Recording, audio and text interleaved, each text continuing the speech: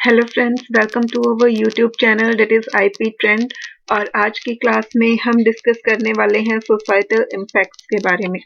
जैसा कि आप सब जानते ही हैं कि हम क्लास 12 इंफॉर्मेटिक प्रैक्टिसेस का सिलेबस कवर कर रहे हैं और इस सीक्वेंस में हमारी 3 यूनिट्स ऑलरेडी कंप्लीट हो चुकी हैं, यूनिट 1, यूनिट 2 एंड यूनिट 3। अब जो है ये हमारी 4th यूनिट चल रही है और 4th यूनिट की ये आज हमारी सेकेंड वीडियो है। 4th यूनिट एग्जाम्स में हमारे 10 मार्क्स कवर करती है और ये पूरी यूनिट टोटली थ्योरेटिकल है।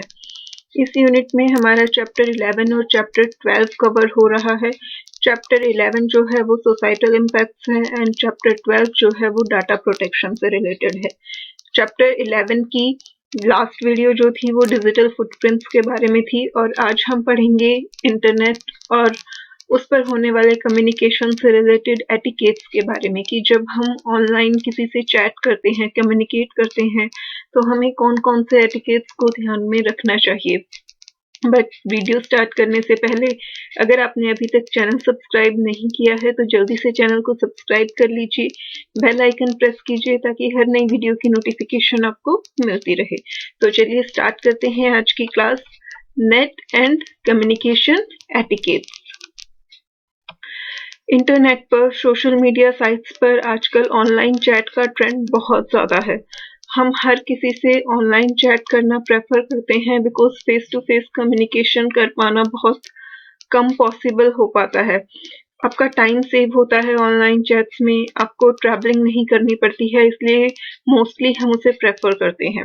बट जब हम ऑनलाइन भी कम्युनिकेट कर रहे होते हैं तो हमें कई सारी चीज़ें जो हैं वो ध्यान में रखनी चाहिए। The word "unetiquette" derives from the combination of words "internet" and "etiquettes". जो "unetiquettes" है वो दो वर्ड्स के कॉम्बिनेशन से बना है, that is internet and etiquettes. It refers to online manners while using internet or working online.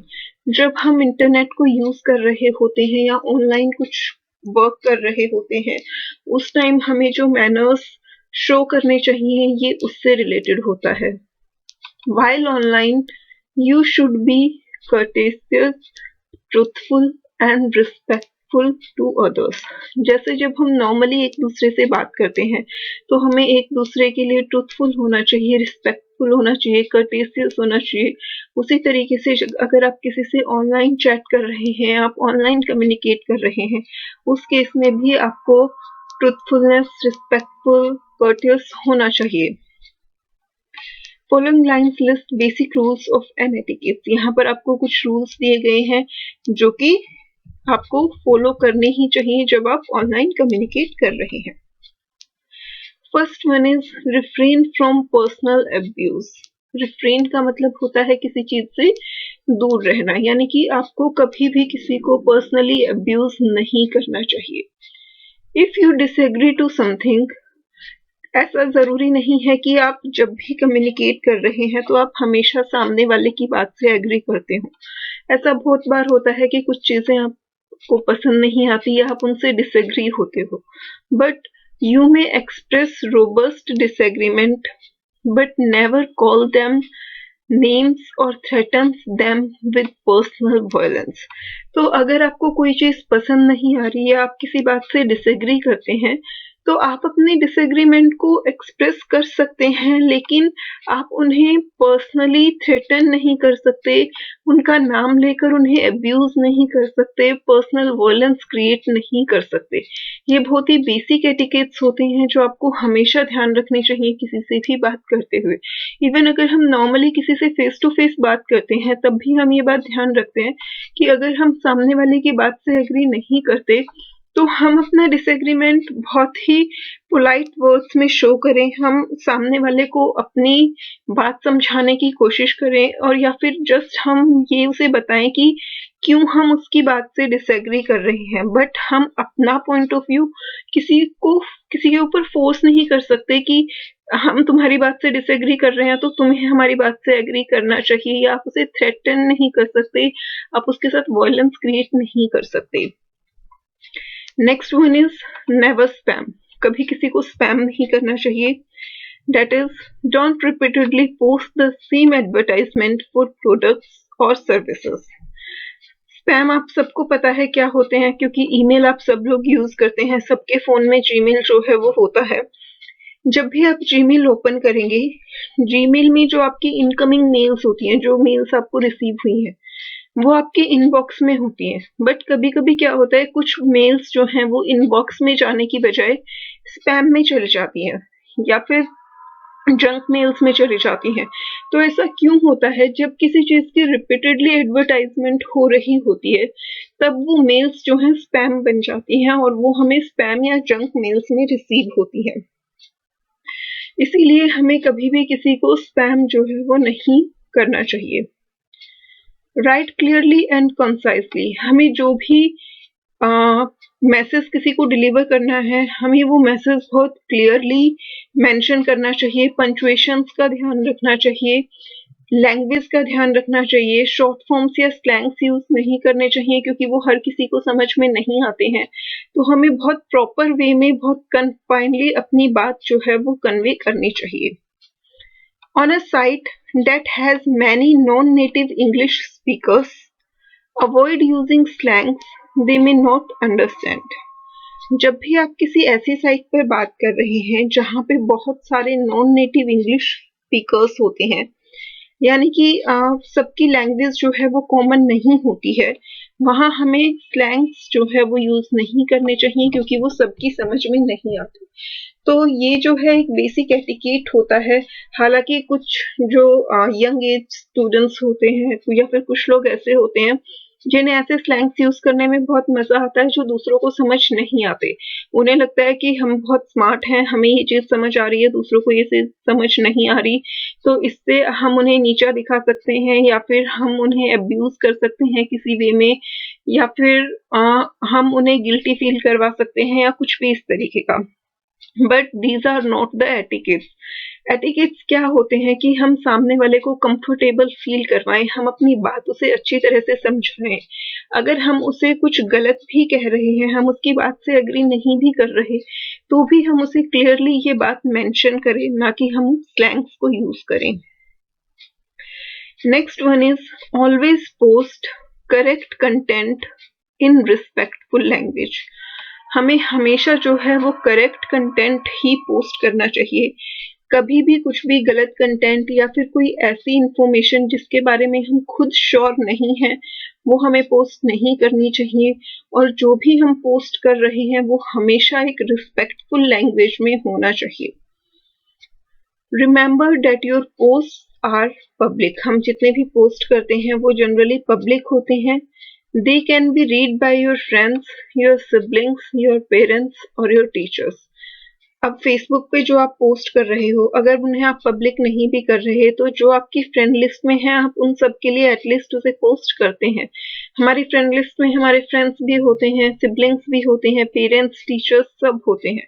तो हम जो भी पोस्ट कर रहे हैं वो उन सब तक डिलीवर होता है, इसलिए हमें हमेशा रिस्पेक्टफुल लैंग्वेज में ही पोस्ट करनी चाहिए। Next is, in a discussion form, stick to the topic. Discussion forms क्या होते हैं? हमने ये थर्ड यूनिट में ऑलरेडी पढ़ा है कि डिस्कशन फॉर्म्स क्या होते हैं, जहां पर हम किसी टॉपिक से रिलेटेड इंफॉर्मेशन पर डिस्कस करते हैं। हर सब्जेक्ट के लिए, टॉपिक्स के लिए अलग अलग डिस्कशन फॉर्म्स बने होते हैं।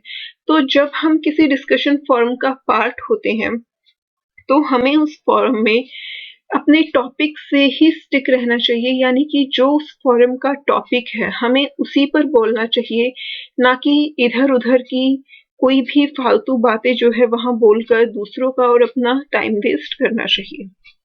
Don't post about football in hair care form और about hair care in gardening form. तो ये सिर्फ एक एग्जाम्पल दिया गया है कि अगर कोई हेयर केयर फॉर्म है तो उस हेयर केयर फॉर्म में ऑब्वियसली आप फुटबॉल के बारे में आपको कुछ भी पोस्ट नहीं करना चाहिए, because it's not related to the topic. Similarly अगर कोई गार्डनिंग फॉर्म है तो गार्डनिंग फॉर्म के अंदर आपको हेयर केयर के बारे में कुछ भी पोस्ट नहीं करना चाहिए। तो जो फॉर्म जिस टॉपिक से रिलेटेड है उस फॉर्म में आपको उस टॉपिक से रिलेटेड पोस्ट ही करनी चाहिए। Next one is, never expect other people to do your homework for you. हमें कभी भी ये एक्सपेक्ट नहीं करना चाहिए कि कोई और हमारा होमवर्क कर दे। नेवर आस्क फॉर और expect that your complete homework solution will be made available to you. हमें कभी भी ये नहीं कहना चाहिए किसी से, या कभी भी किसी से ये एक्सपेक्ट नहीं करना चाहिए कि वो हमें पूरा का पूरा होमवर्क सॉल्यूशन अवेलेबल करवा दे। लाइक अगर आप कभी स्कूल नहीं गए या आपकी कोई क्लास मिस हो गई, तो आप अपने फ्रेंड को अगर सिंपली ये बोल देते हैं कि मैम ने जो होमवर्क दिया है वो होमवर्क आप कंप्लीट करके, लाइक आपको मैथ्स के कुछ क्वेश्चंस मिले हैं, तो अगर आप अपने फ्रेंड को बोलते हैं कि मैथ्स के क्वेश्चन सॉल्व करके मुझे मैसेज कर दो, तो इट्स नॉट गुड। आप किसी पे कंप्लीटली डिपेंड नहीं हो सकते। आप किसी से ये एक्सपेक्ट नहीं कर सकते कि वो पूरा का पूरा सॉल्यूशन आपको प्रोवाइड कर दे। You have to attempt on your own. आपका फ्रेंड आपको होमवर्क बता सकता है, वो आपको कोई एक क्वेश्चन सॉल्व करके दे सकता है जिससे आपको समझने में हेल्प हो, बट वो कंप्लीटली आपको सारा का सारा होमवर्क सॉल्व करके दे, it's not good. Also while asking for help, जब भी हम किसी से हेल्प के लिए पूछते हैं, include detail of what attempts you have made to solve the problem. अगर हम किसी से अपनी प्रॉब्लम का सॉल्यूशन मांग रहे हैं, तो हमें ये मेंशन करना चाहिए कि उस प्रॉब्लम को सॉल्व करने के लिए हमने अपनी तरफ से कौन कौन से अटेम्प्ट्स जो हैं वो किए हैं। इससे आपका क्या होगा कि आपके फ्रेंड को ये भी पता चलेगा कि यानी कि आपकी प्रॉब्लम जेन्युइन है, आप उसे सॉल्व करने के लिए कोशिश कर रहे हैं। और दूसरा कि जो मेथड्स आप ऑलरेडी ट्राई कर चुके हैं, आपका फ्रेंड वो मेथड्स आपको नहीं बताएगा, वो कोई न्यू वे फाइंड आउट करने में आपकी हेल्प करेगा। It will save time and also show people that you are making an effort to help yourself। तो वही जो कि मैंने आपको अभी बोला कि इससे आपका टाइम भी सेव होगा और सामने वाले को ये भी लगेगा कि आप जेन्युइनली हेल्प मांग रहे हैं, आप अपनी प्रॉब्लम सॉल्व करने के लिए एफर्ट्स कर रहे हैं। Next one is do not post copyrighted material to which you do not own the rights.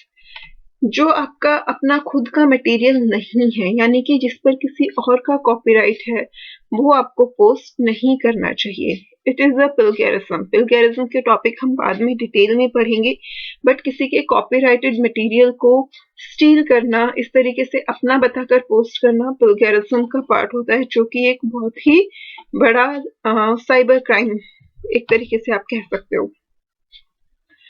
If you need to use the copyrighted material, then follow these rules। अगर किसी और का कॉपीराइटेड मटेरियल आपको use करने की जरूरत पड़ रही है, उस केस में आपको क्या करना चाहिए? Ask permission from the copyright holder. जिसका वो कंटेंट है, आपको उससे यानी कि कंटेंट के ओनर से आपको परमिशन लेनी चाहिए। And next one is enclose the copyrighted information that you are using and cite its sources। जो इंफॉर्मेशन किसी और की है, आपको उसके साथ हमेशा ये मेंशन करना चाहिए कि वो इंफॉर्मेशन आपने कहाँ से ली है और उस पे किसका कॉपीराइट है। Failing this will put you and the site in legal troubles। लेकिन अगर आप ऐसा नहीं करते हैं, यानी कि ना तो आप कॉपीराइट होल्डर से परमिशन ले रहे हैं, ना ही आप उसका सोर्स मेंशन कर रहे हैं, तो इस केस में आप और आपकी जो साइट है वो दोनों ही लीगल ट्रबल्स में फंस जाएंगे, क्योंकि किसी और के कॉपीराइटेड मटेरियल को यूज करना जो है वो इलीगल होता है। तो इसलिए आपको ये स्टेप्स जो हैं वो फॉलो करने ही चाहिए। अब इसके बाद नेक्स्ट है ईमेल एटिकेट्स। अभी तक तो हमने कॉमन एटिकेट्स पढ़े कि जब भी हम इंटरनेट पे किसी के साथ कम्युनिकेट कर रहे हैं तो हमें कौन कौन से एटिकेट्स फॉलो करने चाहिए। अब हम पढ़ रहे हैं ईमेल एटिकेट्स के बारे में कि जब हम किसी को मेल सेंड कर रहे हैं, उस केस में हमें कौन कौन से रूल्स जो हैं वो ध्यान में रखने चाहिए। It is important that whether for business or personal use, we should follow the basic email etiquettes। चाहे हम emails जो हैं वो business के लिए यूज कर रहे हैं या फिर personal यूज के लिए भेज रहे हैं, हमें basic etiquettes जो होते हैं email के वो हमेशा ही follow करने चाहिए। Following lines enlist some important email etiquettes that everyone needs to be aware of and follow. यहाँ पर हमें कुछ इम्पोर्टेंट पॉइंट्स गिवन हैं जो कि हर किसी को पता होने चाहिए और हर किसी को फॉलो करने चाहिए जब भी वो ईमेल सेंड कर रहा है। First one is be concise and to the point. जब भी हम ईमेल सेंड कर रहे हैं तो हमें कभी भी ईमेल को बहुत ज़्यादा लेंदी नहीं बनाना चाहिए। हमें उसमें हमारा कंटेंट जो है वो बिल्कुल टू द पॉइंट रखना चाहिए, कंसाइज रखना चाहिए, यानी कि जितने कम से कम वर्ड्स में हम अपनी बात को कन्वे कर सकते हैं उतने कम से कम वर्ड्स में हमें अपनी ईमेल रखनी चाहिए, क्योंकि ईमेल जितनी ज़्यादा लेंदी होगी उसे पढ़ना उतना ही ज़्यादा डिस्करेजिंग होता है और सामने वाले को उसमें इंटरेस्ट भी नहीं आता है।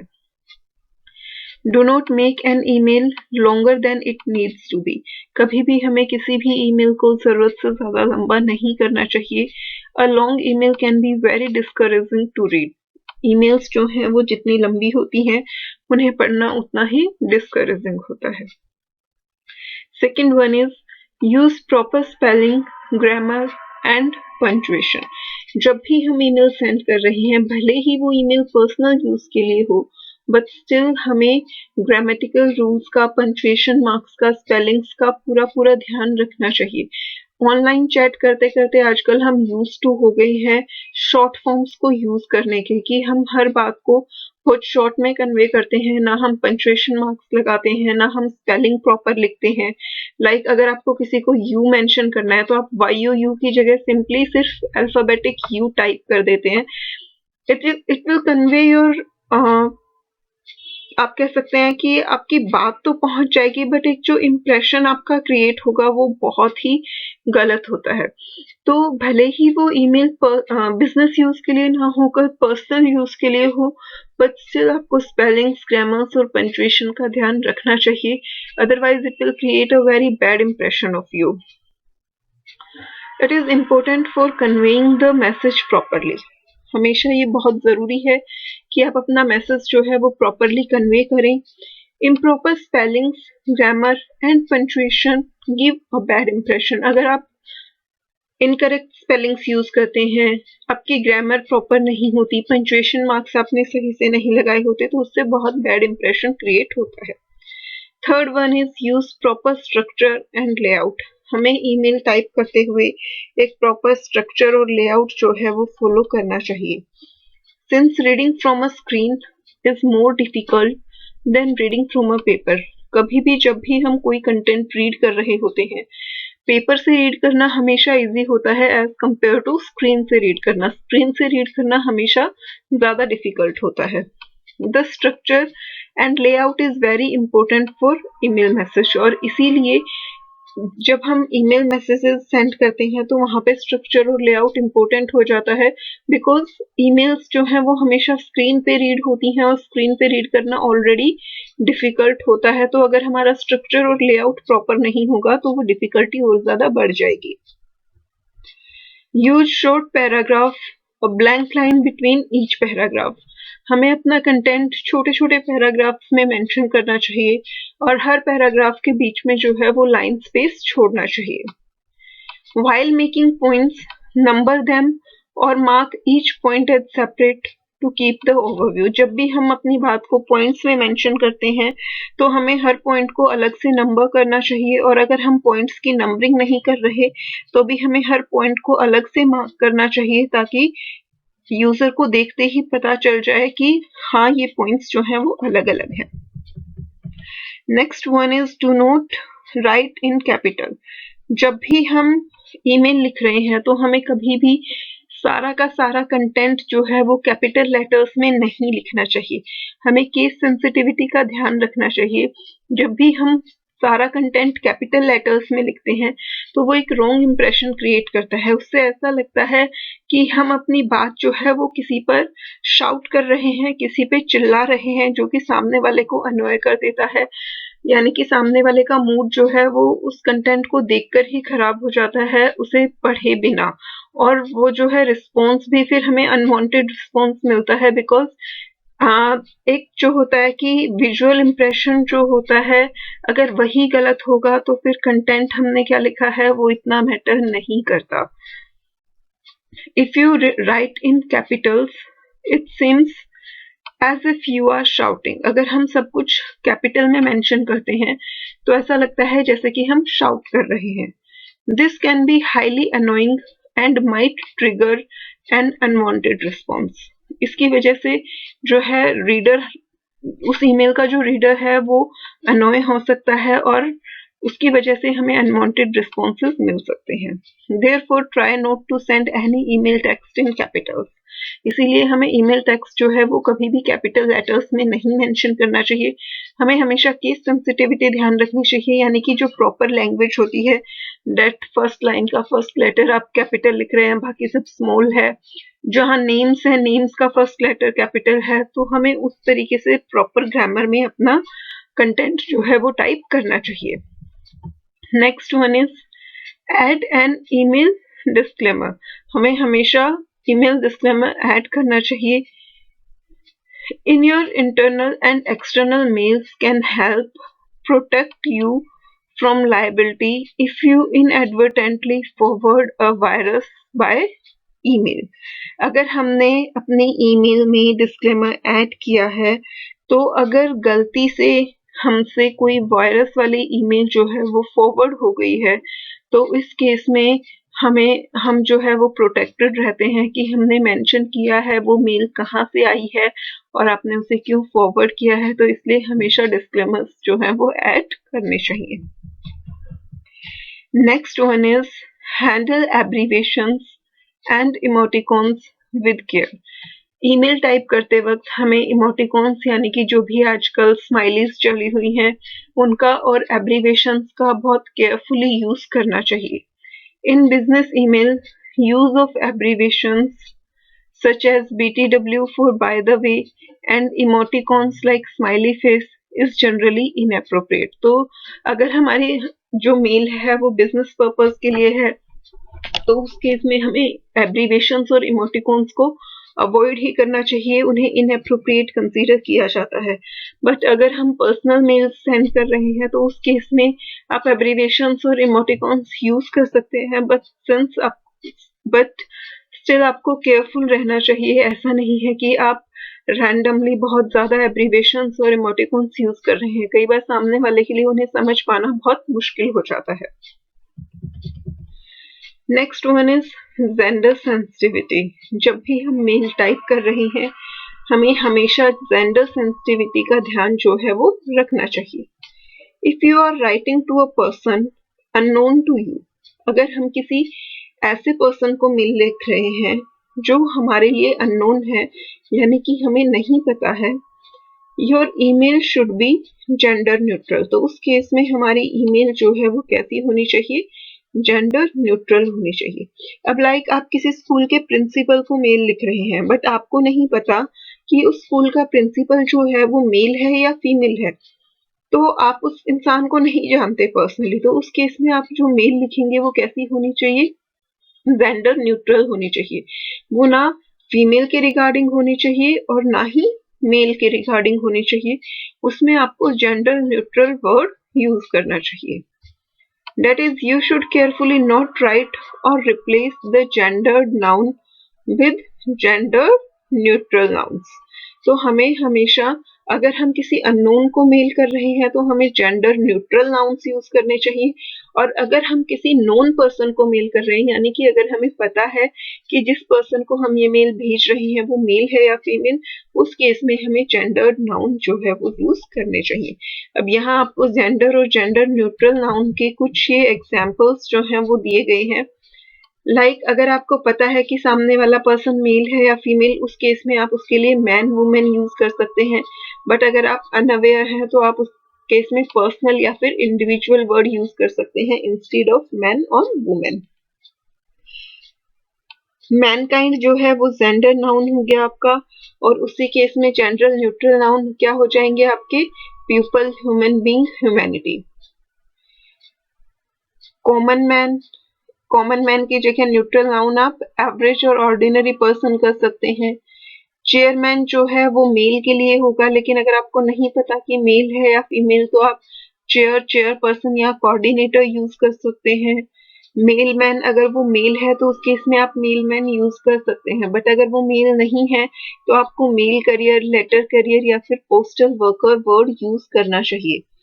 पुलिसमैन, अगर जो पुलिस है वो मेल है तो आप पुलिसमैन बोल सकते हैं, लेकिन अगर आपको नहीं पता कि वो मैन है या वुमेन है तो उस केस में आप पुलिस ऑफिसर यूज कर सकते हैं। इसी तरीके से ये सारे एग्जाम्पल्स आपको दिए गए हैं कि अगर आप अवेयर हैं कि वो मैन है या वुमेन तो आपको जेंडर्ड नाउन यूज करना चाहिए, और अगर आप अनअवेयर हैं तो आपको जेंडर न्यूट्रल नाउन जो है वो यूज करना चाहिए। ये सारी चीजें थी हमारी इंटरनेट कम्युनिकेशन एटिकेट्स के बारे में कि जब हम ऑनलाइन किसी से कम्युनिकेट कर रहे हैं तो उस केस में हमें कौन कौन से एटिकेट्स ध्यान रखने चाहिए। मेल से रिलेटेड एटिकेट्स के बारे में हमने पढ़ा। अब इसके बाद नेक्स्ट जो हमारा टॉपिक है वो है एथिकल इश्यूज, बट ये एक डिफरेंट टॉपिक है और मैंने लास्ट वीडियो में भी आपको बताया था कि हम एक एक करके टॉपिक्स जो हैं वो कवर करेंगे, क्योंकि थ्योरेटिकल पार्ट है, थ्योरेटिकल चीजें जो हैं वो बहुत जल्दी बोरिंग हो जाती हैं, तो इसलिए हम चाहते हैं कि ज्यादा लंबी वीडियोस ना हो और हम शॉर्ट शॉर्ट वीडियोस में छोटे छोटे टॉपिक्स को कवर करें। तो आज की वीडियो के लिए इतना ही। आगे का टॉपिक जो है वो हम नेक्स्ट क्लास में कवर करेंगे।